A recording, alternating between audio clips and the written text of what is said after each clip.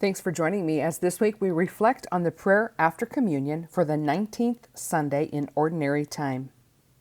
Our prayer this week reads, "Be pleased, O Lord, to accept the offerings of your church, for in your mercy you have given them to be offered, and by your power you transform them into the mystery of our salvation, through Christ our Lord." This week we're going to look at offerings, what we give, who we got it from, and what we get in return. In the offertory of the Mass, we have the collection. And after the collection is the big question, who's going to bring up the gifts? Well, that was the big question before COVID anyway.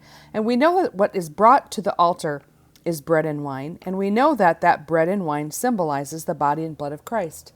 But that simple bread and wine symbolize so much more. So we ask God to be pleased to accept our offerings. And in the offertory, the priest prays that his sacrifice and ours, those sacrifices, the bread and the wine, our work, our struggles, our joys, our money, and our very lives may be acceptable to God, the Almighty Father. The gift of ourselves is never easy, and the church knows that and treats that offering with great care. And the priest places these offerings in a dignified place on the altar and asks God to receive them to himself. For in your mercy you have given the offerings to be offered.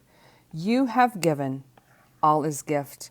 The collection, the bread and wine, our work, our struggles, our joys, our money, and our very lives, all is gift.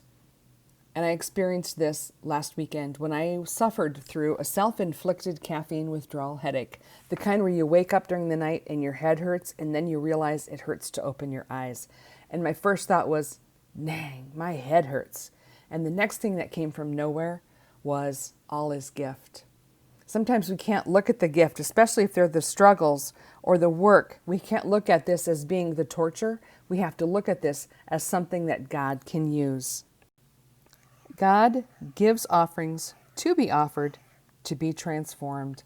Not only bread and wine, but symbolically our very lives. That's us on the altar, offering ourselves to God. In the Eucharistic prayer, we will ask God to send the Spirit to change the gifts and to change us as well. If making yourself a sacrifice sounds terrifying, which it really kind of does, start praying this prayer of St. Ignatius of Loyola and just take it a line at a time. Take, Lord, and receive all my liberty, my memory, my understanding, and my entire will, all I have and call my own. You have given all to me. To you, Lord, I return it. Everything is yours. Do with it what you will. Give me only your love and your grace. That is enough for me. Let's close with prayer.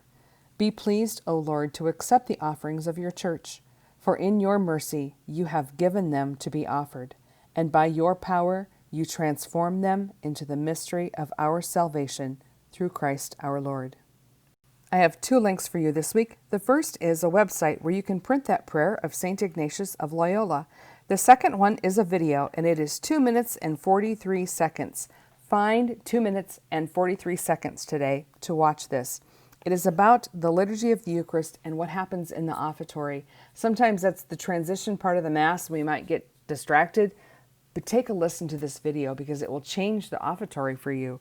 Thank you for praying with me this week. I hope you find joy in the Word.